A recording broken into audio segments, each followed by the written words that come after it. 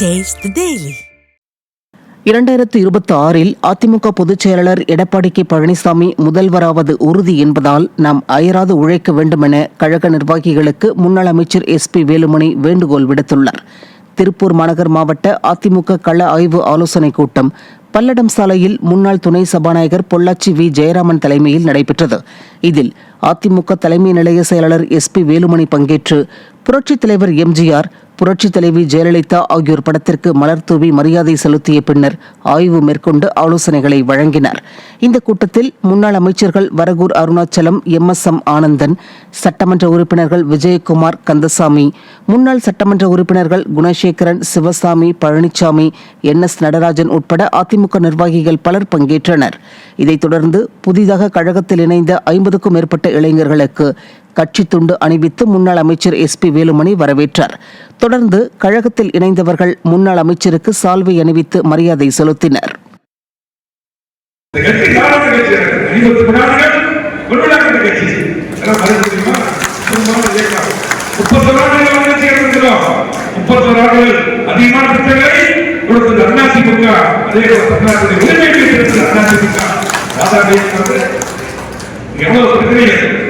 காவல்துறை பிரச்சனைக்கு இன்னைக்கு பாத்தீங்கன்னா முடிவு இருக்குது இல்லையா? காவல்துறை யாரை அமைப்பது கொடுக்கிறார். நமக்கு எதிரி திமுக வரக்கூடாது, நமக்கு எதிரி திமுக கண்டிப்பாக எழுதி வச்சுக்கங்க, எந்த மாற்றத்துக்கும் இல்ல. 2000 எடப்பாடி அதுக்கு இந்த 3 தொகுதியும் அது முதலமைச்சர் 3 சட்டமன்ற உறுப்பினர்கள் வரணும்.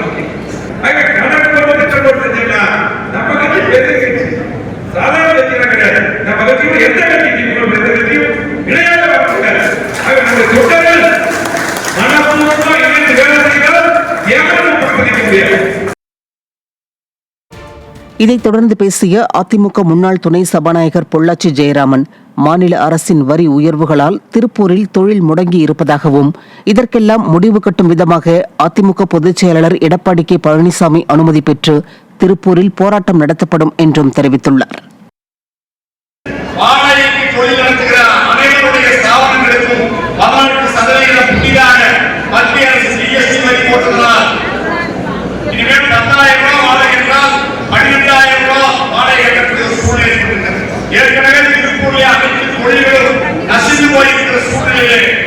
இதற்கெல்லாம் முடிவெடுக்கிற வகையிலே விரைவில் திருப்பூர் மாநகர மாவட்ட கழகத்தின் சார்பாக நம்முடைய பொதுச் செயலாளர் அண்ணன் எடப்பாடி அவர்களிடத்திலே அனுமதி பெற்று ஒரு மாபெரும் உண்ணாவிரத போராட்டம் நடைபெறும்.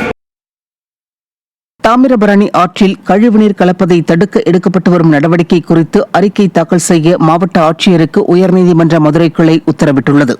உயர்நீதிமன்ற மதுரை கிளையில் தாக்கல் செய்யப்பட்ட பொதுநல மனுவில் தாமிரபரணி ஆற்றின் கரையில் உள்ள பழமையான மண்டபங்கள் மற்றும் படித்துறைகளை புதுப்பித்து ஆற்றில் கழிவுநீர் கலக்காமல் தடுக்க சுத்திகரிப்பு நிலையங்கள் அமைக்க வேண்டும் என கோரிக்கை முன்வைக்கப்பட்டது.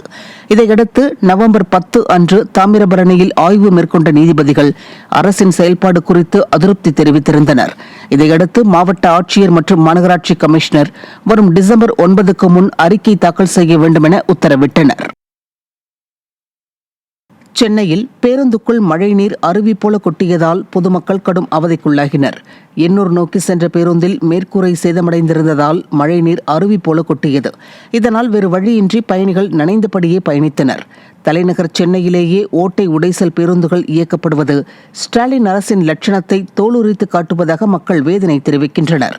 மேலும் பயணிகள் கொண்டு வரும் பொருட்களுக்கு லக்கேஜ் கட்டணம் வசூலிப்பதில் அக்கறை காட்டும் மாநகர போக்குவரத்து கழகம் சிறிதேனும் பேருந்தை பராமரிப்பதில் காட்ட வேண்டுமென மக்கள் காட்டமாக தெரிவித்திருக்கின்றனர்.